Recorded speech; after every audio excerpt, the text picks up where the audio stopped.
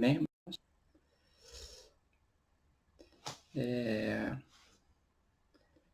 Nós estamos tratando de 1 Tessalonicenses, uma carta do apóstolo Paulo.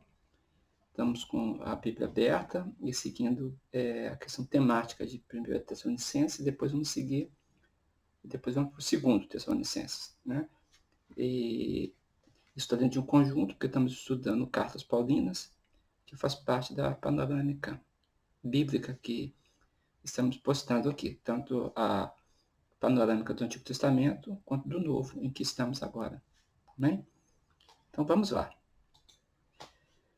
O livro inicia, é uma carta, né, uma epístola, ele inicia com a saudação logo no prefácio, o verso 1 diz bem assim: Paulo, Silvano e Timóteo. Então tem uma saudação aqui de 3.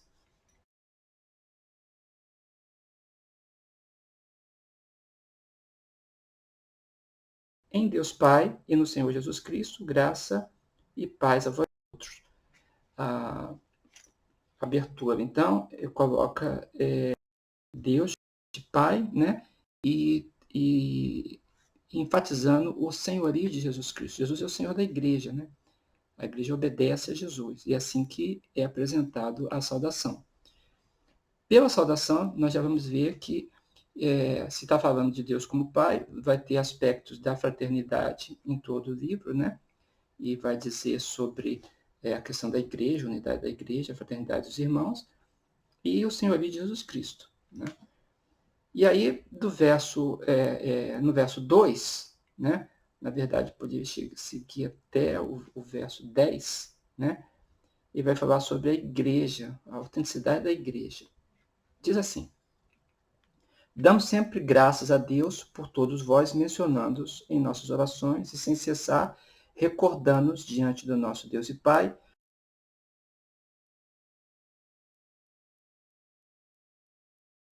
em nosso Senhor Jesus Cristo. Então, ele primeiro, reconhece o que tem sido feito, né? E a bênção que está com os irmãos. Ele vai trazer exortações, mas ele não está negando o que a igreja tem. Isso é muito importante, né? Ele parte do que a igreja tem para depois dizer o que pode ser completado. E aí, do verso 4 até o verso 10, nós temos, então, essa questão da igreja. Olha só, reconhecendo, irmãos, amados de Deus, a vossa eleição, a eleição que ele fala é em Cristo Jesus, né? Porque Deus nos encaminhou a Jesus Cristo, e ele fala bem assim: porque o nosso evangelho não chegou até vós tão somente em palavra, mas, sobretudo, em poder, no Espírito Santo e em plena convicção, assim como sabeis ter sido o nosso procedimento entre vós e por amor de vós. Então, ele diz que ficou bem claro a questão missionária dele, a questão apostólica dele, porque ele não apenas falou, mas ele demonstrou o poder de Deus. Na verdade, o poder de Deus é uma manifestação da presença do Senhor mediante a palavra, né? Mediante o clamor da palavra, a pregação da palavra e o testemunho da palavra.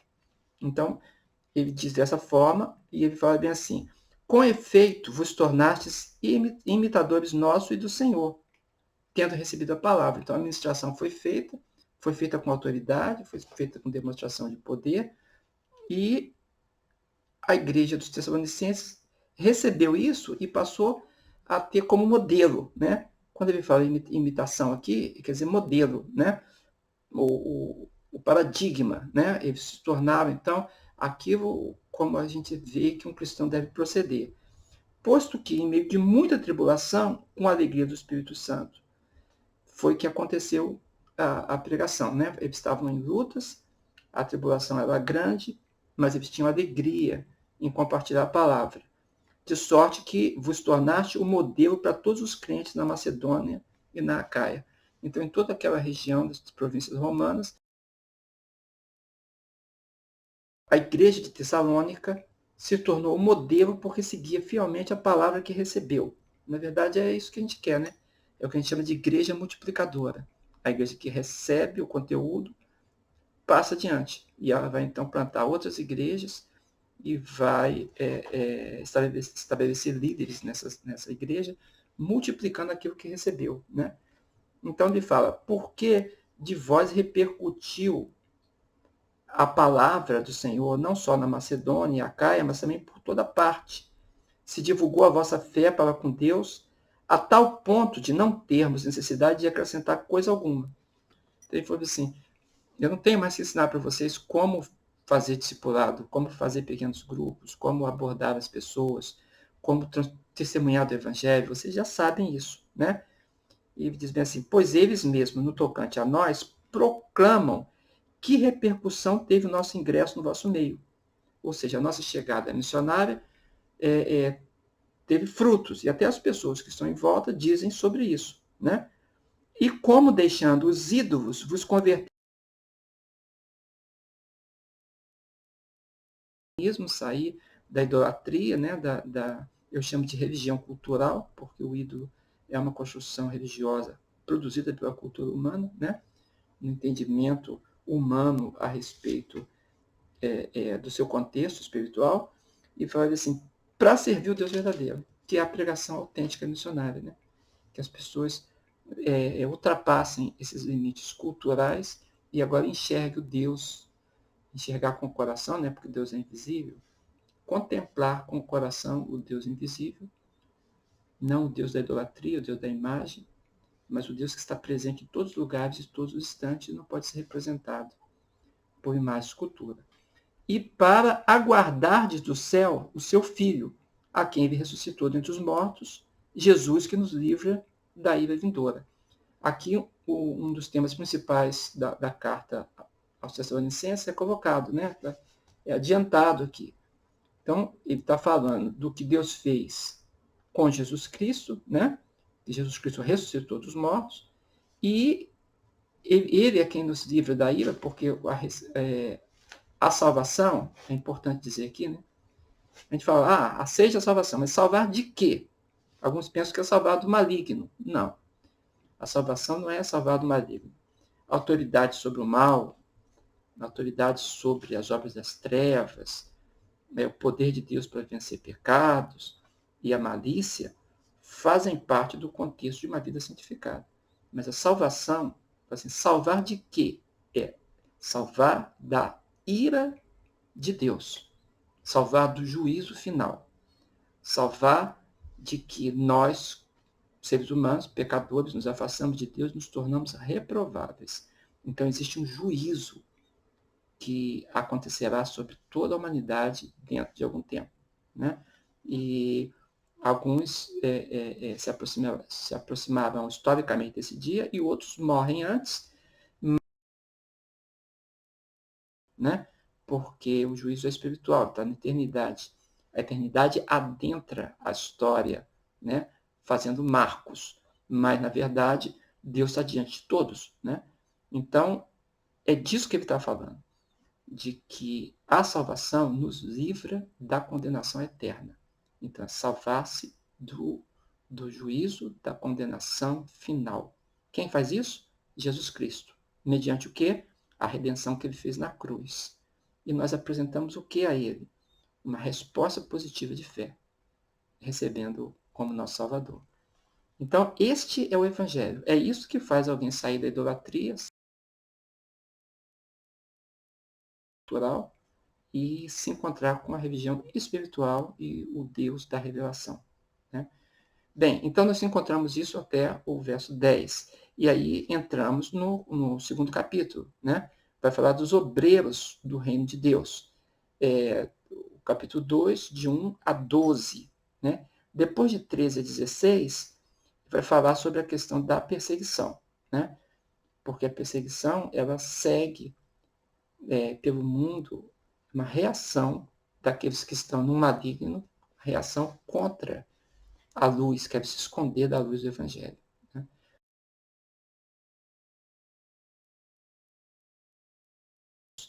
Ele diz bem assim no capítulo 2, verso 3. Pois a nossa exortação não procede de engano, nem de impureza, nem se baseia em dolo. Ou seja, não tem enganação, não tem máscara, né? Não tem voz impostada para esconder o que se ação. Ele não está falando de retórica, ele está falando aqui de testemunho direto. Pelo contrário, visto que fomos aprovados por Deus a ponto de nos confiar o Evangelho, assim falamos não para que agrademos a homens, e sim a Deus, que prova o coração. Entende? Então, é uma mensagem de testemunho direto. Aí você fala assim, pastor, você está falando contra a retórica, está falando contra a homilética, ou falando contra o trato da voz? Claro que não, eu estou falando contra a falsidade, né? Porque pode se esconder atrás dessa capa. Os recursos que se usa para a transmissão da palavra, né, mesmo mídias, eles são necessários, né, por causa do nosso contexto atual, para fazer a palavra ir mais longe com mais eficácia. Mas se os recursos escondem o coração e velam o motivo pelo qual nós estamos fazendo, né, e muitos desses motivos são egoísticos, pessoais, são de vanglória, aí não, né? Então, é disso que estamos falando. Então, a verdade é que nunca usamos de linguagem de bajulação, verso 5 do capítulo 2. Como sabeis, nem de intuitos gananciosos, Deus disse a testemunha. Também jamais andamos buscando glória de homens, nem de vós, nem de outros. Pregação autêntica. Embora pudéssemos, como enviados de Cristo, exigir de vós a nossa manutenção. Claro, ele fala o tempo inteiro, né, nessas cartas a respeito de que se deve manter os obreiros, deve ter finanças para que o ministério da igreja seja sustentado, para que missões sejam sustentadas. As finanças não estão escondidas das cartas paulinas, né? Na verdade, ele diz muitas vezes. Ele fala, ele poderia exigir a manutenção. Todavia, nos tornamos carinhosos entre vós, qual ama que acaricia os próprios filhos. Então, como se você contratasse uma pessoa, como foi a mãe de Moisés, né? Contratar a própria mãe para cuidar do filho, né? E é disso que ele está falando. Então, ele falou assim, nós poderíamos fazer, mas nós preferimos dar esse amável trato, porque ele tinha condição de fazer isso, né? Então, isso acontece no campo missionário, né? Eu estou no campo missionário, então nós somos sustentados pelas igrejas. As igrejas nos apoiam, são parceiras nossas e muitos irmãos. Aí eu vou aqui no campo missionário exigir pagamento das pessoas que eu estou evangelizando? Não, né? Eu vou aqui estabelecer o meu sustento se eles ainda não têm nenhuma condição de plantar a própria igreja?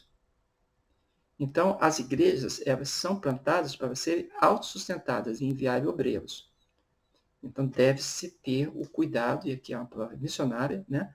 O cuidado de fazer com que as finanças da igreja funcionem, né? E que se haja reserva para apoio de obreiros, né? Mas um obreiro ele não vai à própria custa. A Bíblia diz, qual é o soldado que vai à guerra à própria custa? Né? Então, existe um apoio por trás. E é disso que o apóstolo Paulo está falando. Assim, verso 8, querendo-vos muito, estávamos prontos a oferecer-vos.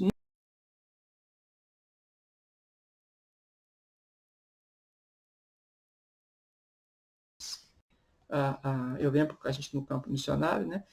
E entrou as pessoas que a gente estava trabalhando no lugar de muita pobreza, né? Eles entravam no colégio onde nós estávamos hospedados, entravam por trás, pulavam o muro e iam roubando as nossas roupas que estavam no varal, né?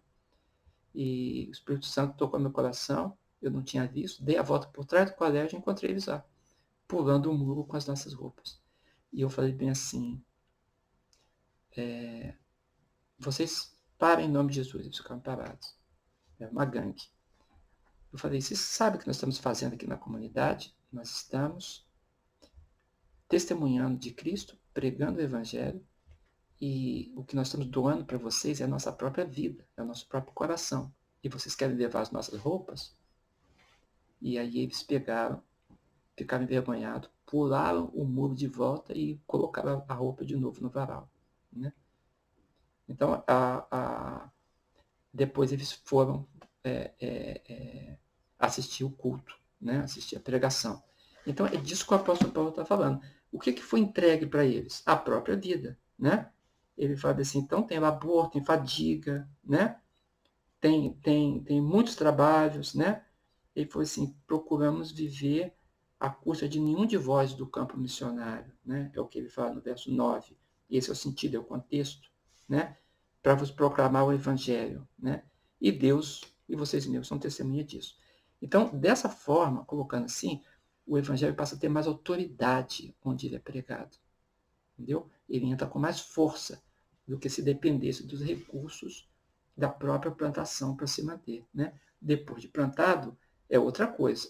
Uma igreja constituída, ela vai investir também, né? Mas o recurso da plantação é importante que se tenha quem faz a plantação, entendeu?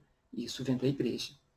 Então, o capítulo 2 fala sobre esses aspectos, né? E quando ele chega de 13 a 16, ele vai falar da perseguição, né? E olha como ele diz, verso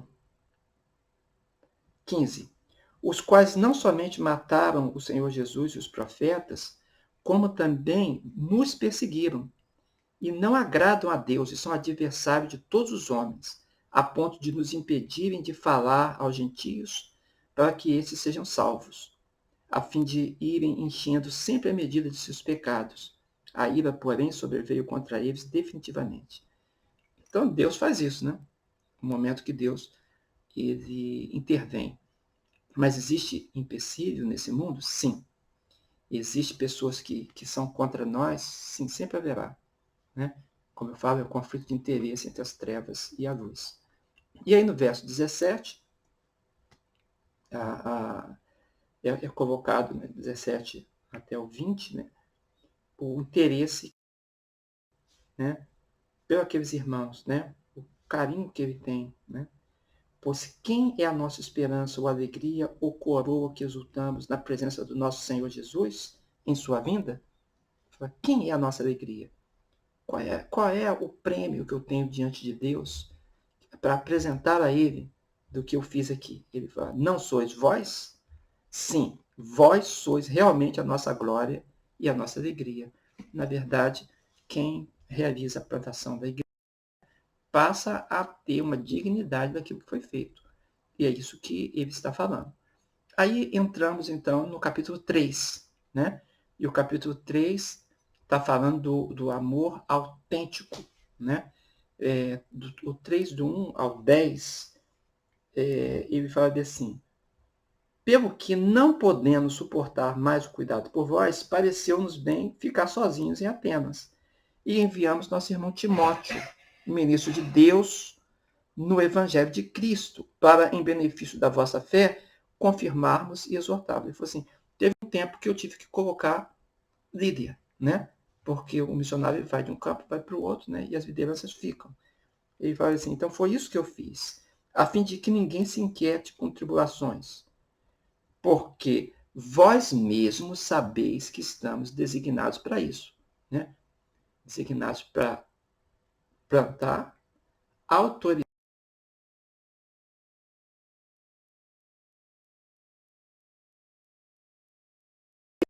Ele fala bem assim, pois, quando ainda estávamos convosco, predissemos que íamos ser afligidos, na questão da perseguição, da luta, né? O que de fato aconteceu, e é do vosso conhecimento. Foi por isso que, já não me sendo possível continuar esperando, mandei indagar o estado da vossa fé. Sofreu a perseguição, e agora ele fala, eu mandei alguém saber como é que vocês estão, né? Já que eu tive que sair. Temendo que o tentador vos provasse e se tornasse inútil o nosso labor, né? Ele falou assim, a tentação, ela poderia vir a vocês e vocês caírem. E aquilo que a gente plantou tivesse sido abafado por espinhos, né? Ou queimado pelo sol, usando a palavra de Jesus, né? Sobre o semeador. Então, é disso que o apóstolo fala. E por isso ele enviou. Enviou quem? Timóteo, né?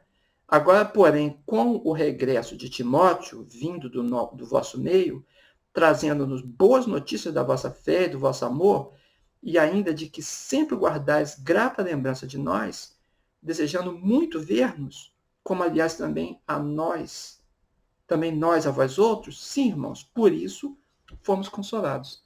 Então, qual é o consolo de um obreiro que realiza a obra de Deus?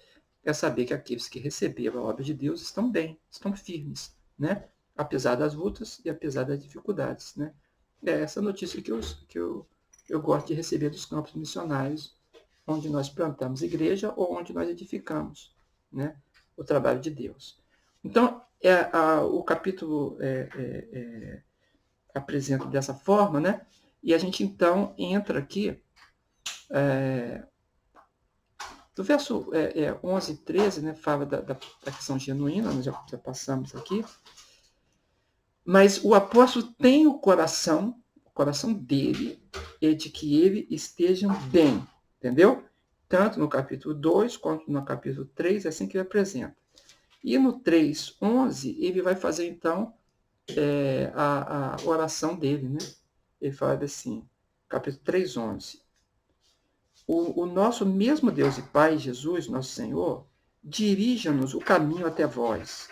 O Senhor vos faça crescer e aumentar no amor uns para com os outros e para com todos, como também nós para convosco, a fim de que seja o vosso coração confirmado em santidade, isento de culpa, na presença de nosso Deus e Pai, na vinda do Senhor Jesus Cristo, com todos os santos.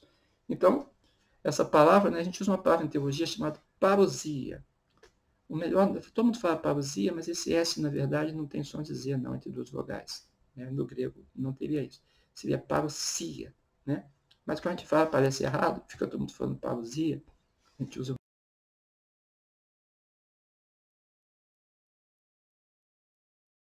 companhia, né?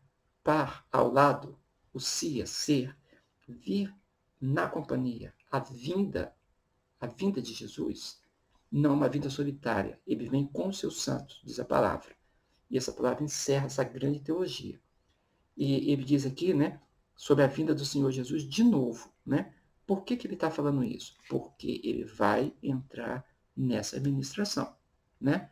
Então, ele diz que a vinda de Jesus é o consolo da igreja. Na verdade, essa doutrina tem sido chamada, a escatologia, de doutrina da esperança cristã. É uma boa escolha de palavras, né? Porque a doutrina da esperança cristã é exatamente que Jesus vem um dia intervir nessa realidade e nos levar de uma vez para estarmos com Ele, né? Então, o capítulo 4 vai falar sobre o que precisa a igreja fazer enquanto Jesus está vindo, né? Ou quando ele virá, porque ele não está em processo de descida, né? Não é esse o sentido. Ele está no céu e no momento ele virá, né? Então, não existe gradação processual de vinda. Isso é até uma heresia falar isso, né? Há quem fale, mas é uma heresia, né? Jesus não precisa de processo, né? Ele é Deus livre. Vem de um lado para o outro como ele quer e age como ele quer, né? Mas, de qualquer forma, quando entramos no capítulo 4, a igreja, então, é lembrada da santificação do 4:1 até o 8, né? Então, ele fala, né, que alguém tem que tomar cuidado com o corpo, não ter pecado no corpo, mas viver em santificação, viver com honra, não com desejo de lascívia. Ele fala, como gentios que nem conhecem a Deus, né? E que dessa maneira ninguém ofenda, nem defraude a seu irmão, porque o Senhor, contra todas essas coisas, como antes vos avisamos, testificando claramente, ele é vingador contra essas coisas. Nós temos um Deus que protege os seus servos. E se servo explora servo, aí o juízo, o julgamento de Deus virá, né? Deus realiza a sua obra e ele não se deixa escarnecer. Porquanto Deus não nos chamou para a impureza, e sim para a santificação. Então, essa é a palavra da santificação que entra no capítulo 4. Aí, quando vai do verso 9 ao 12, a exortação, então, é para a prática do amor fraternal. né? Ele fala bem assim, que eles estavam praticando isso, né? Já estavam praticando. E as pessoas em volta sabiam que eles praticavam o amor. Mas ele fala assim, contudo vos exortamos, irmãos, a progredirdes cada vez mais e a diligenciardes, né? Ter cuidado por viver tranquilamente, cuidar do que é vosso e trabalhar com as próprias mãos. Ou seja, cuidar da própria vida, entendeu? Cuidar de si mesmo, né? Não se meter no negócio do outro, é o que ele está falando aqui, né? Trabalhar com as próprias mãos, ou seja, produzir, já que você tem capacidade, Deus te deu autoridade, produzir com as próprias mãos, né? Essa é a ordenança apostólica, de modo que vos porteis com dignidade, né? Quem não produz nada não tem dignidade, e quem produz tem dignidade, tanto para os que são de fora, quanto para os que são de dentro. Por isso é importante, né, no campo missionário, que haja produção de trabalho. A gente faz isso de forma social, né? Mas que se produza, né? Que não apenas a administração, né, do lar, de casa em casa, mas que se produza alguma coisa para os de fora saberem também que alguma coisa está acontecendo, né? E por isso a gente chama a participação comunitária, que é até uma disciplina em missiologia, né, no curso de missiologia, a participação comunitária do missionário, né? E isso é necessário. Aí, no verso, ele seguiu aqui no capítulo 4, nós estamos, aí do 13 ao 18, ele vai falar de Jesus como verdadeiro consolo da igreja, né? 13 e 18 do 4. Não queremos, porém, irmãos, que sejais ignorantes com respeito aos que dormem. Vocês precisam saber o que acontece com quem morre. É isso que ele está querendo dizer. Para não vos entristecerdes com os demais que não têm esperança. Às vezes morre alguém e as pessoas ficam desesperadas. Não podemos agir assim, entendeu? A entristecer, sim, temos sentimentos, né? Os sentimentos estão em nós. A partir da separação, ela tem uma realidade dura, né? Mas não podemos ficar desesperados. O crente que fica desesperado com a morte de um parente, com a morte de um pai, de uma mãe, de um filho, ou de um amigo, né? É porque não entendeu alguma coisa do Evangelho, né? A tristeza nossa é emocional, mas nós sabemos, se não sabemos, precisamos saber que Deus é Senhor da vida e da morte. Então, não nos entristecer a ponto de desesperar, porque quem não tem Jesus é que vive, né? Ele fala que não tem esperança. Verso 13 do capítulo 4. Pois se cremos que Jesus morreu e ressuscitou, assim também Deus trará em sua companhia os que dormem. Que eu falei, o conceito de parousia, né, que eu falei, é isso aqui, né? Ele vai voltar e vai voltar com aqueles que foram ao encontro dele, né, que estão no paraíso. Então a vinda de Jesus não vai ser solitária, ele vai vir com a igreja que está com ele. Pois se cremos que Jesus morreu e ressuscitou, assim também Deus, mediante Jesus, trará em sua companhia os que dormem. Essa é a declaração do verso 14, que eu estou enfatizando aqui. Ora, ainda vos declaramos por palavra do Senhor isto: nós, os vivos, os que ficarmos até a vinda do Senhor, ou seja, os que estão coincidentes com o tempo histórico da vinda do Senhor, de modo algum precederemos os que dormem. Porque o Senhor mesmo, dada a sua palavra de ordem, ouvida a voz do arcanjo, ressoada a trombeta de Deus, descerá dos céus e os mortos em Cristo ressuscitarão primeiro. Então, quem morreu antes de Jesus chegar, estarão com ele e vão ser ressuscitados, porque é a doutrina da ressurreição. Deus não planejou que nós sejamos no céu alminhas esvoaçantes, entendeu? Não, ele fala de um corpo espiritual. 1 Coríntios 15 é muito claro sobre a doutrina da ressurreição, né? Há diversos corpos, há corpos celestes, corpos terrestres, uma é a carne do peixe, a carne dos animais, outra é a carne dos seres humanos. Até entre estrela e estrela existe diferença do brilho da glória. Ele diz-me assim, há diferença, mas há corpo. um corpo espiritual, uma definição de que nós seremos alguém, entendeu? Alguém, não seremos esparsos, espíritos esparsos. Não é disso que fala a palavra. Essa é a doutrina da ressurreição. Então, aquilo que Deus fez no princípio para o homem ser corpo, ele será corpo. Só que agora sem limitação. Como que provando da árvore da vida, né? E vivendo para sempre com o Senhor. Mas com a dignidade que Deus fez, que nos constituiu como humanos, né? Então, ele fala bem assim, que isso é o que acontecerá. E nós encontraremos o Senhor nos ares. Então, existe um encontro, né? E assim estaremos para sempre com o Senhor. Consolai-vos, pois, uns aos outros com essas palavras. Porque a doutrina da Bíblia, ela não é uma doutrina de curiosidade. A doutrina existe por necessidade de ministração, né? Não é uma especulação. Então, existe uma necessidade de resposta, e aí uma sabedoria divina é iluminada pelo Espírito Santo, através da interpretação da palavra, né? E isso responde à questão. No caso aqui, a própria palavra, que o apóstolo está trazendo diretamente, a palavra revelada, né? O Logos de Deus, a palavra de Deus, sendo trazida a ele, né? Diretamente, mas é claro que isso aqui tem base em todas as escrituras também. Então, ele diz aqui para nós que o nosso consolo é a vinda de Jesus, né? Então, tem uma doutrina bem bonita aqui, bela mesmo, né? E isso, então, foi o capítulo 4 todo. Aí nós entramos no capítulo 5, né? Lembrando que Tessalonicenses só tem 5 capítulos, né?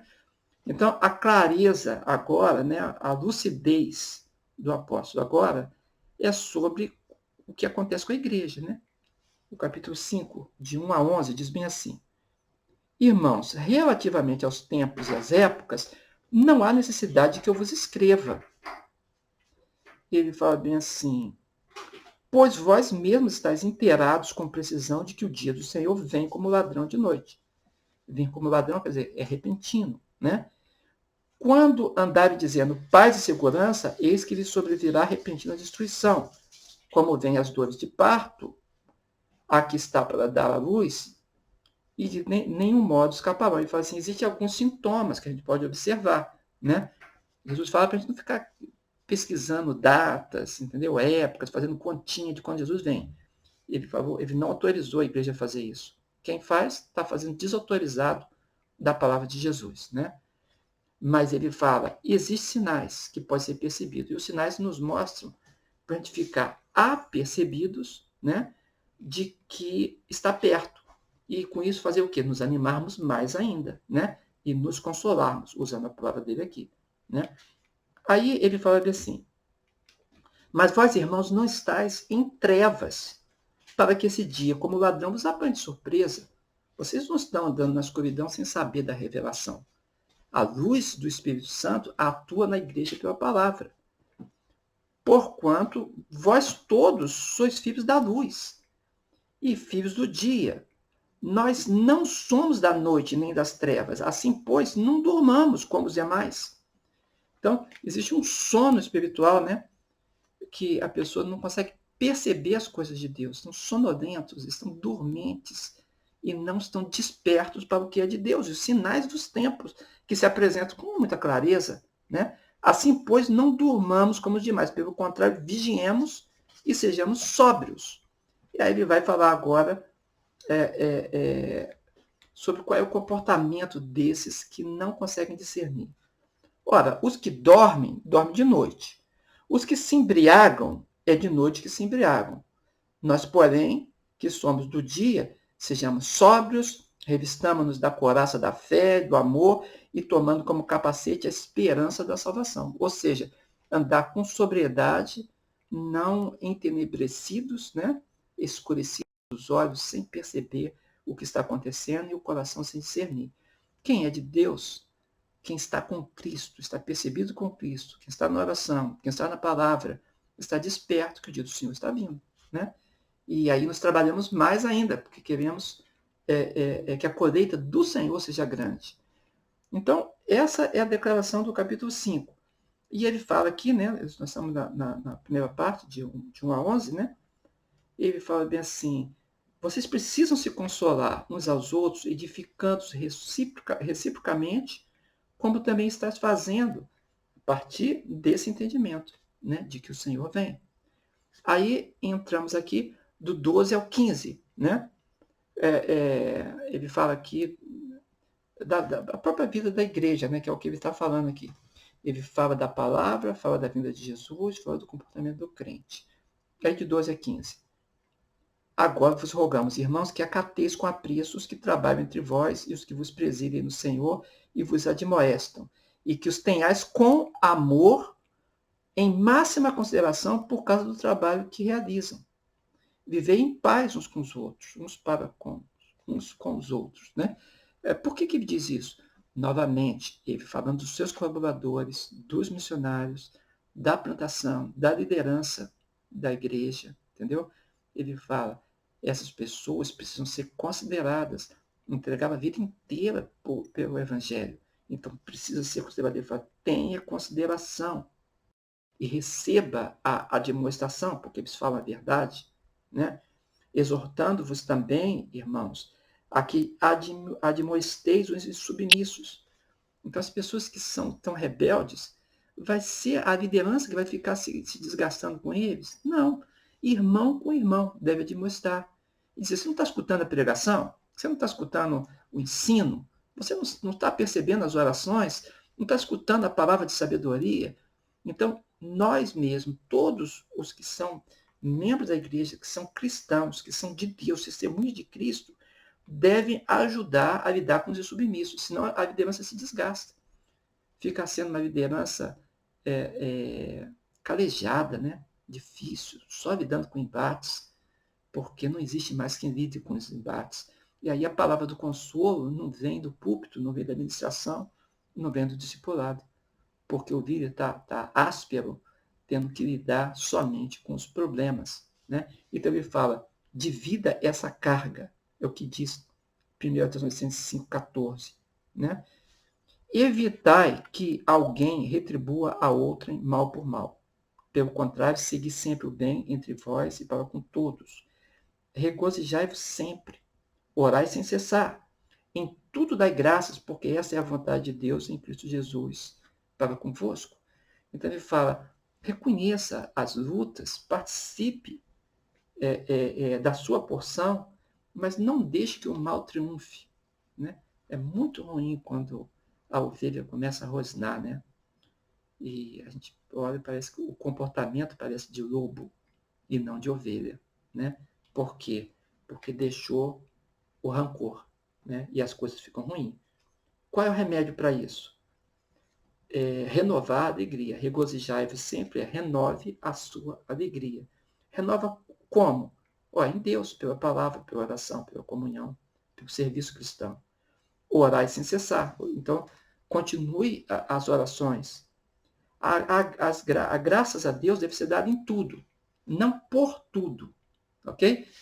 Existe uma diferença muito grande em dar graça por tudo ou dar graça em tudo. As circunstâncias pertencem ao Senhor. Então nós falamos assim, Senhor, esse é o que eu tenho que passar agora, eu passarei. Então eu dou graças a Deus por me dar força de passar a luta, a doença, a enfermidade, a contrariedade, a dificuldade financeira, o opositor. Eu dou graças a Deus porque ele está me dando força e me fazendo suportar e está me treinando para ele. Então eu dou graça em tudo. Agora eu vou dar graça pelo malfeitor? Eu vou dar graça pelo roubador? Eu vou dar graça pelo maligno? Não, entendeu? Não é por tudo, é em tudo, nas circunstâncias. Então o texto diz, em tudo dai graça. A vontade de Deus é essa, né? Alguém fala assim, eu vou dar graça a Deus pela morte. Não, né, irmãos? Não vou dar graça a Deus pela morte.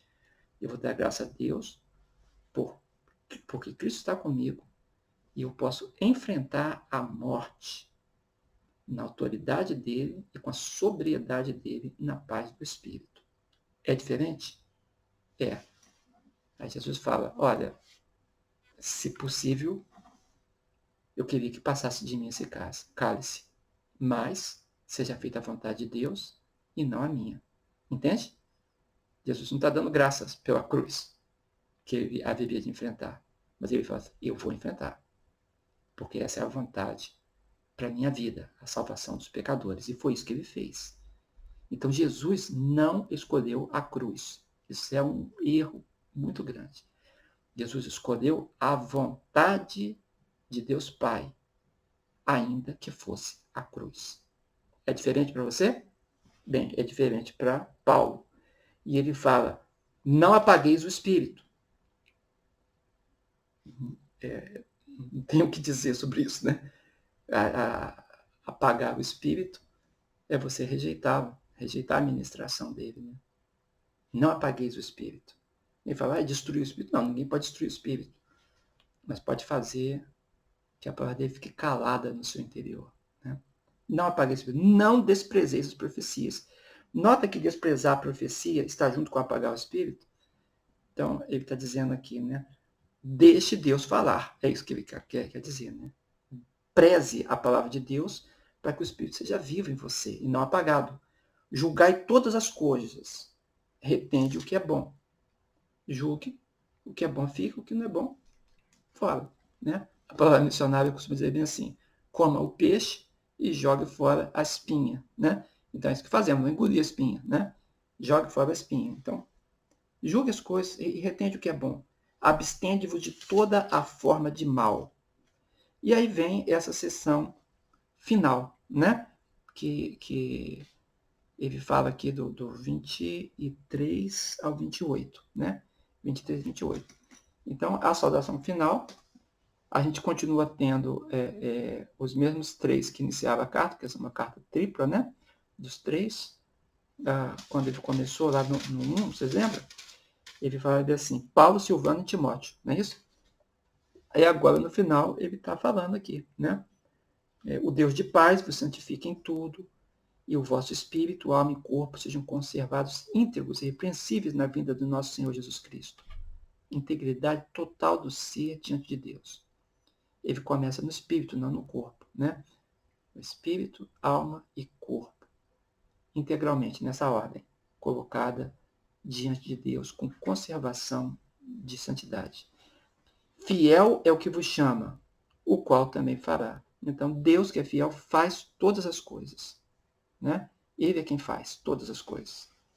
E ele diz bem assim, irmãos, orai por nós, saudai todos os irmãos com o santo, conjuro-vos pelo Senhor que essa epístola seja lida a todos os irmãos. E é o que eu estou fazendo com você agora, né?